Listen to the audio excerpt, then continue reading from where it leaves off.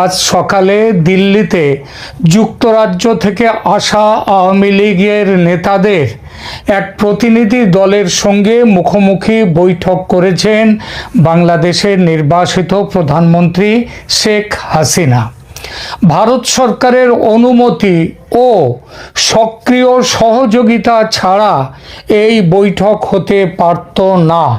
অর্থাৎ গত কিছুদিন ধরে একের পর এক শেখ হাসিনার বিভিন্ন সংবাদ সম্মেলন ইত্যাদি নিয়ে যেভাবে ভারতে আওয়ামী লীগ সক্রিয় হয়ে উঠেছে এবং এই সক্রিয় হওয়ার বিরুদ্ধে যেভাবে বাংলাদেশের বর্তমান অন্তর্বর্তী সরকার বিরোধিতা করছে, ভারত তাকে বিন্দুমাত্র আমল দিল না, এটা বুঝে যাওয়া যায় এই ঘটনা থেকে।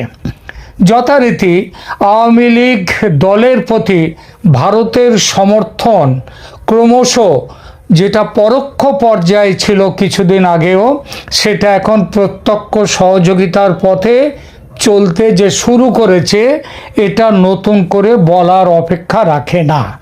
প্রশ্ন ওঠে, এই সহযোগিতা কি ৭১-এর মার্চের মতো সামরিক সহায়তার জায়গায় চলে যাবে? এই বিষয়টি নিয়ে এখনকার প্রতিবেদন। তবে প্রথমে এই বৈঠকের খবরটির কিছু বিবরণ দিয়ে শুরু করি আলোচনা। আজ ৩১শে জানুয়ারি ২০২৬ দিল্লির একটি সুরক্ষিত বাসভবনে শেখ হাসিনার সঙ্গে যুক্তরাজ্য আওয়ামী লীগের ব্রিটেনের আওয়ামী লীগ নেতাদের বৈঠকের খবরটি বেশ চাঞ্চল্য তৈরি করেছে। গণমাধ্যমের খবর অনুযায়ী যুক্তরাজ্য আওয়ামী লীগের একটি প্রতিনিধি দল শেখ হাসিনার সঙ্গে দীর্ঘ ৫ ঘন্টা বৈঠক করেছেন। খেয়াল করবেন, বৈঠক চলার যে স্থায়িত্ব সময়টা খেয়াল করবেন, ৫ ঘন্টা। এই প্রতিনিধি দলটি লন্ডন থেকে দিল্লিতে পৌঁছেছিল কয়েকদিন আগে, আজ সকালে নয়, কিংবা কাল বিকেলে কিংবা রাত্রে নয়। প্রাপ্ত তথ্য যা বলছে, এই সময়ের মধ্যে তারা ভারত সরকারের বিভিন্ন মহলের সঙ্গে যোগাযোগ করেছেন। সেসব যোগাযোগ কোন বিষয়ে সেটা স্পষ্ট জানা যায়নি। তবে প্রধানমন্ত্রী শেখ হাসিনার সঙ্গে দেখা করাটা যে খুব একটা সহজ নয়, সেটা তো সবাই জানি। সুতরাং সেই দেখা করার কাজটা ছাড়াও তারা ভারতের প্রশাসনিক বিভিন্ন পর্যায়ে তারা আলোচনা করেছেন। প্রধানমন্ত্রী শেখ হাসিনার সঙ্গে যে বৈঠকটি তারা করেছেন, তার মোটামুটি বিস্তারিত তথ্য আজ সকালে প্রকাশ্যে এসেছে।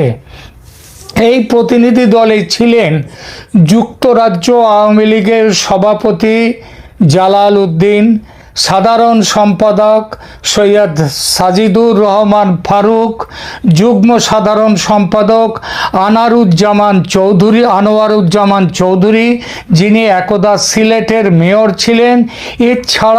এরা ছাড়াও আরও ২-৩ জন অন্যান্য নেতা, সর্বমোট ৫ জন নেতা এখানে ছিলেন। নিরাপত্তা ব্যবস্থা ছিল অত্যন্ত কঠোর। বৈঠকটি অত্যন্ত কঠোর গোপনীয়তা ও নিরাপত্তার মধ্যে অনুষ্ঠিত হয়। কীরকম তার একটু বিবরণ দিই। ভারতীয় নিরাপত্তা বাহিনীর বিশেষ গাড়িতে করে নেতাদের নির্দিষ্ট বাসভবনে নিয়ে যাওয়া হয়। সেখানে তাদের মোবাইল ফোন বা অন্য কোনো ইলেকট্রনিক ডিভাইস সঙ্গে রাখার অনুমতি ছিল না, সেগুলো জমা রেখে দেওয়া হয়। কিন্তু ফলে যে পুরো আলোচনার পুঙ্খানুপুঙ্খ বিবরণ কোনো জায়গা থেকে পাওয়ার কোনো উপায় নেই। তবে বৈঠকে উপস্থিত নেতাদের বরাতে যা জানা গেছে, এক হচ্ছে শেখ হাসিনাকে যথেষ্ট আত্মবিশ্বাসী ও দৃঢ় প্রতিজ্ঞ মনে হয়েছে। দীর্ঘ নির্বাসনে থাকলেও তিনি মানসিকভাবে আদৌ ভেঙে পড়েননি, এখনো বজ্রের মতো শক্ত এবং কঠোর আছেন। তবে আগের তুলনায় তার শরীরের ওজন কিছুটা কমেছে বলে এই নেতারা জানিয়েছেন। আলোচনার বিষয় কি ছিল? বৈঠকে মূলত বাংলাদেশের বর্তমান রাজনীতিক পরিস্থিতি এবং আসন্ন 12ই ফেব্রুয়ারি নির্বাচন নিয়ে তাদের মধ্যে আলোচনা হয়েছে। এই নির্বাচনের প্রেক্ষিতে আওয়ামী লীগ নেতা কর্মীদের কি দায়িত্ব সেটাও সেখানে আলোচনা হয়েছে।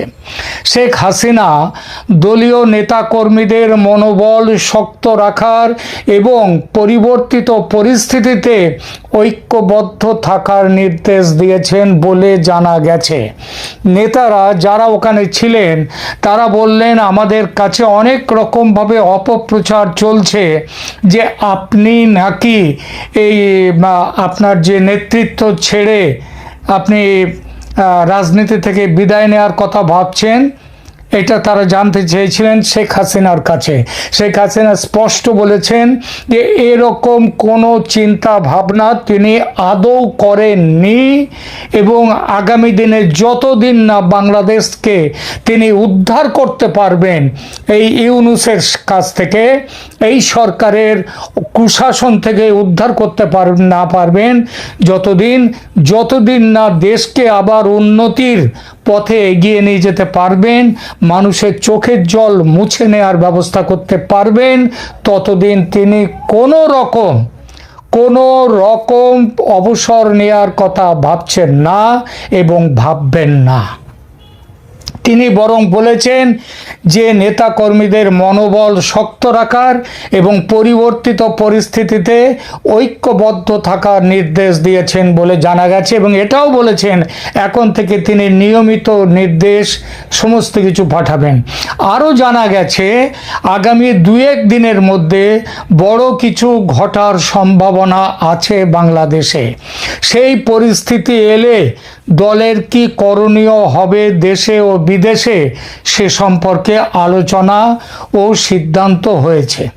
তিনি ব্রিটেনের এই প্রতিনিধি দলকে আরও বলেন যে আন্তর্জাতিক আদালতে ইন্টারন্যাশনাল যে ক্রাইমস কোর্ট যেগুলো রয়েছে সেইখানটাতে তাদেরকে আরও সক্রিয় হওয়ার জন্যে এবং এই সরকারের বিরুদ্ধে আইনগত ব্যবস্থা নেওয়ার জন্যে সমস্ত ব্যবস্থা নেওয়ার কথা তিনি সেখানে নতুন করে বলেছেন। এই প্রসঙ্গে 12ই ফেব্রুয়ারি বাংলাদেশে ত্রয়োদশ জাতীয় সংসদ নির্বাচন এবং জুলাই চার্টার নিয়ে যে সাংবিধানিক গণভোট অনুষ্ঠিত হতে যাচ্ছে সেই প্রেক্ষাপটে ভারতের সম্ভাব্য ভূমিকা সম্পর্কে যুক্তরাজ্যের প্রতিনিধিদের অবহিত করেন শেখ হাসিনা। তিনি আরও বলেন যে ভারত বাংলাদেশে এতদিন ওয়েট অ্যান্ড ওয়াচ এই নীতি নিয়ে চলছিল, সেটা এখন পাল্টে গেছে। ভারতের অপেক্ষা করো এবং দেখো নীতি যে বড় পরিবর্তনের দিকে যাচ্ছে। সাম্প্রতিক ঘটনা প্রবাহ তার স্পষ্ট ইঙ্গিত দিচ্ছে। ভারতের এই কঠোর ও সতর্ক অবস্থান নিয়ে আন্তর্জাতিক মহলেও নানা বিশ্লেষণ চলছে। ভারত ঐতিহাসিকভাবে আওয়ামী লীগের ঘনিষ্ঠ হলেও বর্তমান পরিস্থিতিতে তারা বিএনপির সঙ্গে একটা স্ট্র্যাটেজিক যোগাযোগ বাড়িয়েছে। ভারত চাইছে বাংলাদেশে একটি স্থিতিশীল সরকার থাকুক যারা ভারতের উত্তর পূর্বাঞ্চলের নিরাপত্তা এবং দুদেশেরই বাণিজ্যিক স্বার্থ রক্ষা করবে।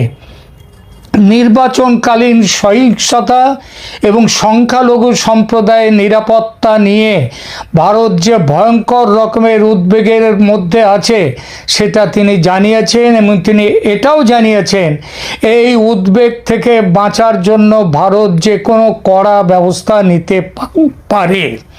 ভারতীয় কূটনীতিকরা আন্তর্জাতিক মহলে এবং বর্তমান অন্তর্বর্তীকালীন সরকারের সঙ্গে আলোচনায় সংখ্যালঘুদের সুরক্ষা নিশ্চিত করার উপর গুরুত্ব দিয়েছেন বারবার, কিন্তু এই সরকার তা কিছুই করতে পারেনি। দিল্লি থেকে শেখ হাসিনার সাম্প্রতিক অডিও বার্তা এবং রাজনৈতিক কর্মকাণ্ডে অন্তর্বর্তীকালীন সরকার তীব্র ক্ষোভ প্রকাশ করেছে। ঢাকা থেকে জানানো হয়েছে যে ভারতের মাটিতে বসে হাসিনাকে রাজনৈতিক বক্তব্য দিতে দেয়া প্রতিবেশী সুলভ আচরণের পরিপন্থী। ভারত এখন একদিকে হাসিনাকে আতিথেয়তা প্রদান করছে, অন্যদিকে ঢাকার বর্তমান ক্ষমতায় যারা আছেন তাদের সঙ্গে কোনো রকম তাদের সাথে সহযোগিতার পথ ছেড়ে দিয়েছে এবং এখন সহযোগিতা নয়, এখন ভারত ব্যবস্থা গ্রহণের পথের দিকে যে চলেছে সে ব্যাপারেও এই প্রতিনিধি দলকে পরিষ্কারভাবে জানিয়ে দিয়েছেন শেখ হাসিনা।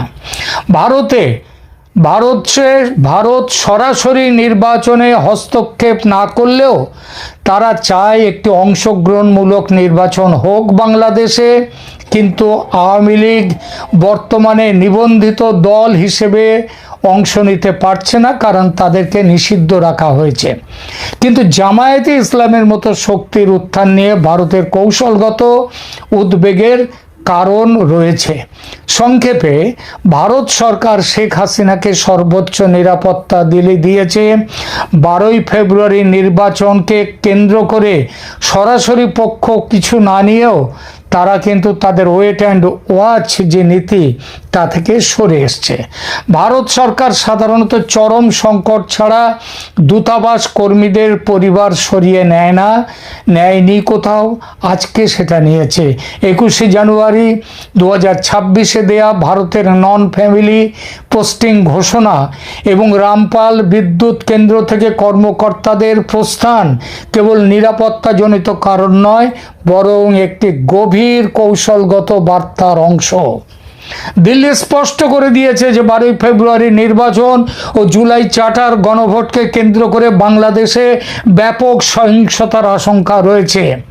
যুক্তরাষ্ট্র সরকারও একই আশঙ্কা থেকে আমেরিকা একই আশঙ্কা থেকে গতকাল অর্থাৎ 30শে জানুয়ারি বাংলাদেশে অবস্থানরত তাদের নাগরিকদের জন্য একটি জরুরি নিরাপত্তা সতর্কতা জারি করেছে। এতে কি বলা হয়েছে? 12ই ফেব্রুয়ারি নির্বাচনে রাজনৈতিক সহিংসতা, র্যালি এবং ভোট কেন্দ্রে হামলার আশঙ্কা রয়েছে। যুক্তরাষ্ট্র তাদের নাগরিকদের বাংলাদেশ ভ্রমণের ক্ষেত্রে লেভেল 3 পুনর্বিবেচনা ক্যাটেগরিতে রেখেছে। লেভেল 3 রিকনসিডার ট্রাভেল, মানে এই সময় বাংলাদেশে আসাটা ঠিক নয়, পুনর্বিবেচনা করার সিদ্ধান্ত। এছাড়া রামপাল বিদ্যুৎ কেন্দ্রের কর্মকর্তাদের চলে যাওয়া, জানুয়ারির শেষ সপ্তাহে 17 জন ভারতীয় কর্মকর্তাকে তুলে নিয়েছে দিল্লি, যাদের মধ্যে 9 জন হচ্ছে ঊর্ধ্বতন প্রকৌশলী, এবং এদের চলে যাওয়ার ফলে রামপাল বিদ্যুৎ কেন্দ্র আপাতত তাদের কাজ প্রায় বন্ধ হওয়ার মুখে। এছাড়া ভারত যে ফ্রেন্ডশিপ পাইপলাইন দিয়ে যে ডিজেল পাঠাচ্ছিল, পেট্রোল পাঠাচ্ছিল, গ্যাস পাঠাচ্ছিল বিভিন্ন অন্য জায়গা থেকে, সেসবগুলো বন্ধ করে দেওয়ার ব্যাপারে সিদ্ধান্ত নিয়ে ফেলেছে।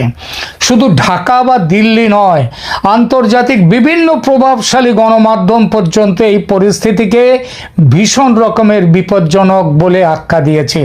উইয়ন ও ভারতীয় গণমাধ্যম তারা বাংলাদেশে ক্রমবর্ধমান ভারত বিরোধী মনোভাব এবং উগ্রবাদী শক্তির উত্থানকে প্রধান ইস্যু হিসেবে তুলে ধরেছে।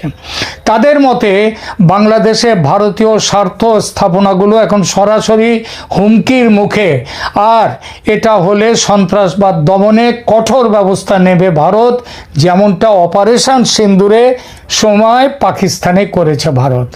ডয়েচে ভেলে ও বিবিসি তারা কি বলছে? ইউরোপীয় সংবাদ মাধ্যমগুলো বলছে বাংলাদেশ এখন একটা ক্রস রোডে দাঁড়িয়ে, একদিকে একটা সাজানো নির্বাচনের মাধ্যমে নিয়ন্ত্রিত গণতন্ত্রে, সুস্থ গণতন্ত্রে নয়, নিয়ন্ত্রিত গণতন্ত্রে ফেরার চেষ্টা, অন্যদিকে সাংবিধানিক সংস্কার নিয়ে জনমনে অসন্তোষ তীব্র। তারা ভারতের এই সরে আসাকে বাংলাদেশের নিরাপত্তা শূন্যতা বা সিকিউরিটি ভ্যাকুয়াম তৈরির পূর্বাভাস হিসেবে দেখছে। সাউথ চায়না মর্নিং পোস্ট তারা বিষয়টাকে আঞ্চলিক ভূরাজনীতির প্রেক্ষাপটে দেখছে। তাদের মতে ভারত যদি বাংলাদেশ থেকে মুখ ফিরিয়ে নেয় বা কঠোর অর্থনৈতিক অবরোধই শুরু করে দেয়, সামরিক অবরোধের কথা ভাবছি না, তাহলেও তা বাংলাদেশের অর্থনীতিতে চরম বিপর্যয় ডেকে আনবে। সার্বিক পরিস্থিতি নিয়ে, সব কিছু নিয়ে প্রতিনিধি দলের সঙ্গে শেখ হাসিনার বিস্তারিত আলোচনা হয়েছে।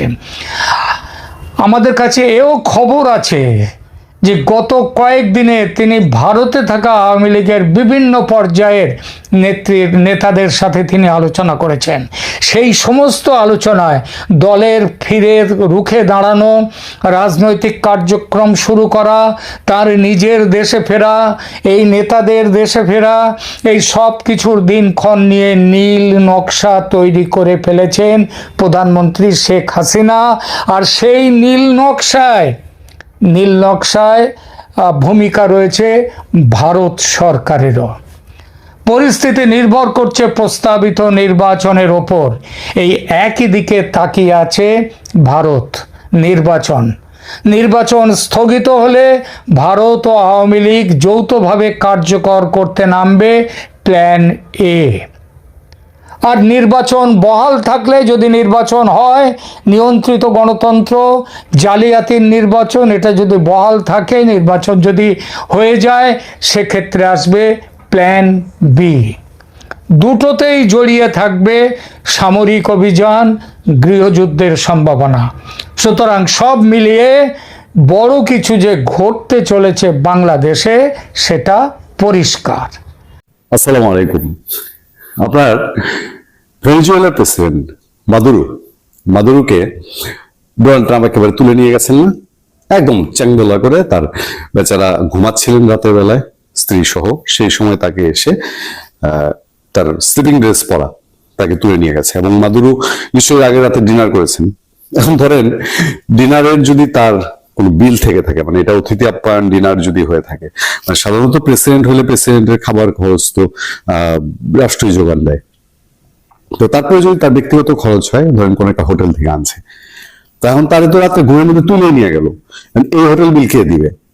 ডোনাল্ড ট্রাম্প দিবে না আমেরিকায় বৈশা থেকে, জেলখানা বৈশা থেকে মাদুরো দিবে?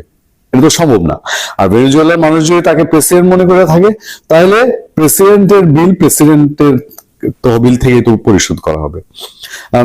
আমাদের বাংলাদেশের শেখ হাসিনা বেচারির দুপুরে রান্না খাবারটাও খাইতে দেয়নি।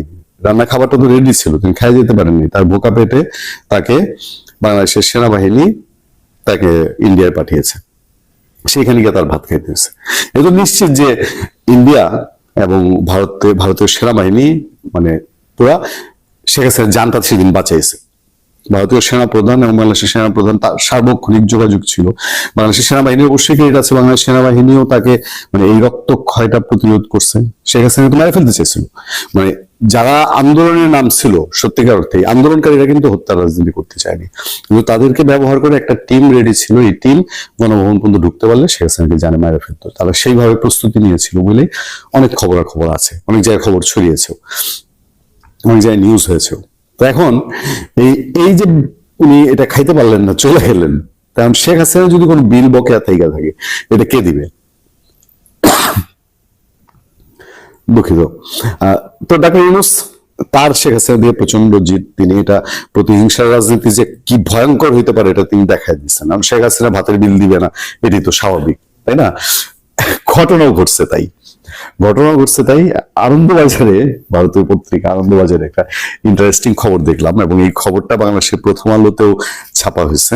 এবং আনন্দবাজার হেডলাইন করলো, 2.5 কোটির খাবারের বিল বাকি রেখে চলে গিয়েছেন হাসিনা, বকেয়া মেটাতে নারাজ ইউনূসও, ফাঁপড়ে বাংলাদেশের হোটেল। সেই খবরটা মোটামুটি এরকম। বাংলাদেশের প্রাক্তন প্রধানমন্ত্রী শেখ হাসিনার বাসভবন তথা সরকারি কার্যালয় গণভবনের খাবারের বিল বাবদ এখনো 2.5 কোটি টাকার বাংলাদেশি মুদ্রা বেশি বাকি রয়েছে। সেই বিল গণভবনের কেউ মেটাতে চাইছে না মোহাম্মদ ইউনূসের নেতৃত্বাধীন বর্তমান অন্তর্বর্তী সরকারও। বুঝেন, মানে বাংলাদেশের প্রধানমন্ত্রী বিল বাকি পড়ছে, এখন অন্তর্বর্তী সরকার তো সব রাজ্যের রাজা, এখন যা ইচ্ছা তাই সেই বিল পরিশোধ করবে না। বিপাকে হলো হোটেল ব্যবসায়ী, হোটেলের লোকজন। হোটেল কর্তৃপক্ষের বক্তব্য উল্লেখ করে এমনটাই জানিয়েছে বাংলাদেশের সংবাদ মাধ্যম প্রথম আলো। কাহিনীটা বিস্তারিত একটু শোনেন। হাসিনা প্রধানমন্ত্রী থাকাকালীন গণভবনে খাবার সরবরাহ করত হোটেল অবকাশ। এটা পর্যটনের হোটেল, খাবার ভালো, রান্না ভালো, খাইছি আমি। হ্যাঁ, ওই হোটেল বাংলাদেশের পর্যটন কর্পোরেশনের অধীনে একটি সরকারি প্রতিষ্ঠান। এমনকি বর্তমানে প্রধান উপদেষ্টা ইউনূস যেখানে থাকেন সেই যমুনাতেও এই হোটেল থেকেই খাবার যায়। আমার এটা জব্বর মজা লাগছে। ডক্টর ইউনূস তো শেখ হাসিনার নাম সহ্য করতে পারে না, কিন্তু খায় এক হাড়ির রান্না। মানে আবেশ হোটেল, এই অবকাশ হোটেল যদি আপনার শেখ হাসিনার জন্য যে পাতিলে রান্না করতো, ইউনূসের জন্য তার নিশ্চয় আলাদা পাতিল কেনে নেই। এক পাতিলের রান্নাই দুই জায়গায়, দুই মেরুর দুই শত্রু, একজনের পেটে আগে গেছে, আরেকজনের পেটে এখন যাচ্ছে। তবে ইন্টারেস্টিং হলো ইউনূস সাহেবের বিলটাও জানা গেছে। দেখেন, বলা হচ্ছে কি যে যমুনাতে ওই হোটেলের থেকে খাবার যায়, অভিযোগ যমুনার খাবারের বিলও বাকি। ইউনূস সাহেব শেখ হাসিনার বিল দিবে না, তার নিজের বিলও বাকি রাখছে। বিল বাকি আছে, তবে তার পরিমাণ কম পরিমাণটা কত এটা বলছি আপনাদেরকে। হাসিনার বাসভবনের বকেয়া বাবদ হোটেল অবকাশের এখনো পাওনা 2,54,50,000 টাকা। ইউনূসের বাসভবনে বকেয়া রয়েছে 34,73,73,000 টাকা। আমার একটু প্রশ্ন আছে মনে, আমি জানি না খোঁজ পাবো কিনা, চেষ্টা করলে তো খোঁজ পাবো, চেষ্টা করবো কোনো একটা সময় কারোর সঙ্গে যদি কথা হয়, যে শেখ হাসিনা 2.5 কোটি টাকা খাইছে 17 বছরে, ডক্টর ইউনূস সাহেব 34 লক্ষ টাকা খাইছেন 17 মাসে। এটা মানে জানতে হবে যে শেখ হাসিনা কতদিনে খাইছে টাকাটা। আর ইউনূস সাহেব 34 লক্ষ টাকা 17 মাসে কারাগারে নিয়ে খাইছেন। টাকা চেয়ে একাধিকবার হোটেল কর্তৃপক্ষ অন্তর্বর্তী সরকারকে চিঠি দিয়েছেন, কিন্তু আগের সরকারের খাবারের বকেয়া বিল মেটাতে চাননি ইউনূস। ফলে এই টাকা আদায় ঘিরে অনিশ্চয়তা তৈরি হয়েছে। নাম প্রকাশে অনিচ্ছুক পর্যটন কর্পোরেশনের এক কর্তা জানিয়েছেন, অন্তর্বর্তী সরকার বিগত সরকারের এই দায় নিতে চায় না। খুবই সাংঘাতিক কথা। শেখ হাসিনা খাইছে, এই টাকা আমি কেন নিব? এখন বাংলাদেশটা এই যে সরকার পতন হইলে পরে কোনো কিছু ঠিকঠাক চলে না, এটা ডক্টর ইউনূস আমলে আইসা বোধহয় একটু ভালো দেখা যাচ্ছে। মানে এই খাবার কি ন্যায্য কিনা তারা তো এটাও পরিষ্কার করে না। আমার মনে হয় কি জানেন, 2-2.5 কোটি টাকা শেখ হাসিনা যেহেতু নিজে খেয়েছেন, তার লোকজনকে খাইয়েছেন। আমি জানি না যে প্রথম আলোর রিপোর্ট বা আনন্দবাজারের রিপোর্ট শেখ হাসিনার চোখে পড়েছে কিনা, বা আমাদের এই কন্টেন্ট শেখ হাসিনার চোখে পড়বে কিনা। যদি পড়ে থাকে, আমার রিকোয়েস্ট থাকবে, খাবার তো খাবার, আল্লাহর দান, সেই খাবারের টাকা বাকি রাখা ঠিক না। আমাদের ইউনিভার্সিটিতে অনেকে ক্যান্টিনে বাকি খায়, অনেক স্টুডেন্ট বাকি দিত না। বা ক্যান্টিনে মামারা, এমন মামা আছেন যারা 20 বছর 30 বছর ক্যাম্পাসে থাকে, বাকি ফালায় চলে আসছি আমরা অনেকে। পরে আবার আমরা ঘুরে গিয়ে কোন এক সময় চাকরি বাকরি করে আমরা অনেকদিন পরে গিয়ে আমার মামারে টাকা দিয়েছি, যে মামা আপনার বাকি খেয়েছিলাম। মামা তো জড়ায় ধরা টাকা নিতে চায় না। হ্যাঁ, শেখ হাসিনাও তার যারা বাবুর্চি ছিলেন, লোকজন ছিলেন, তাদেরকে দিয়ে টাকাটা আমার মনে পৌঁছে দেওয়াটা উত্তম হবে।